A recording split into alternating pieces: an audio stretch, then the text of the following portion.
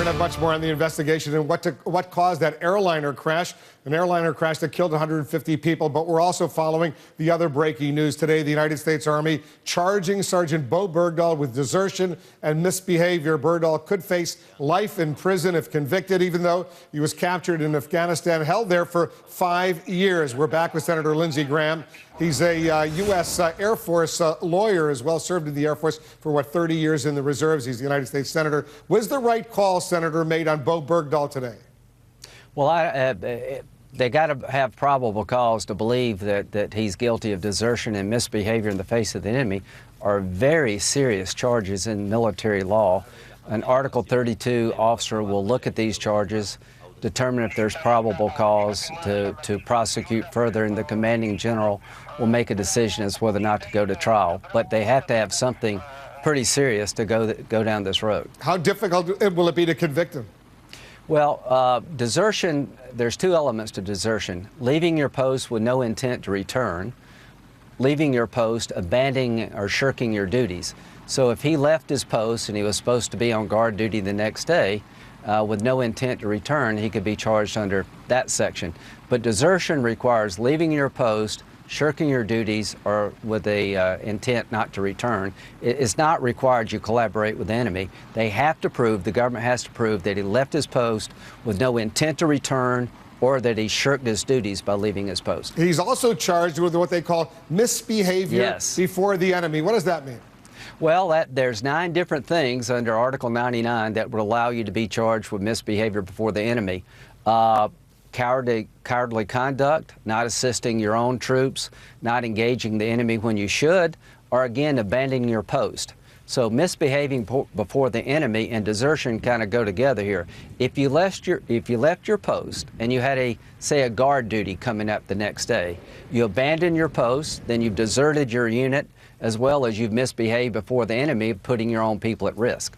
Some of his platoon members say he's responsible, he's to blame for 6 deaths of fellow troops who were out there looking for him. What do you say to that?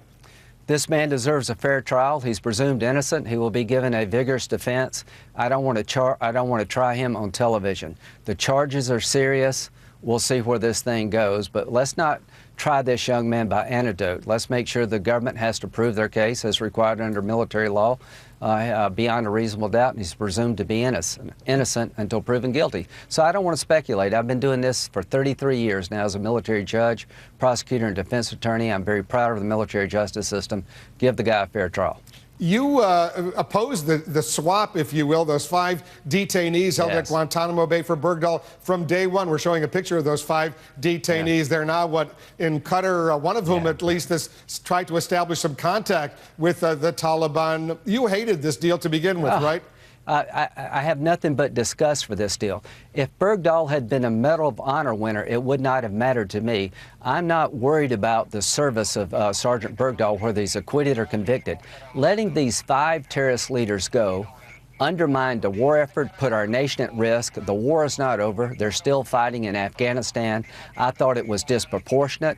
There's a military code of conduct to bring everybody home if you can, but no military member should expect us to release 5 terrorist leaders to get them back. Regardless of the quality of Bergdahl's service, this undermined the war effort. These people are going to go back to the fight. And what do you tell a family member that may be killed by one of these guys down the road?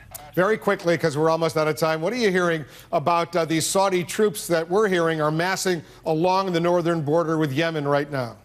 This is gonna be the first of many events where the Sunni Arabs push back against Iranian influence around their borders.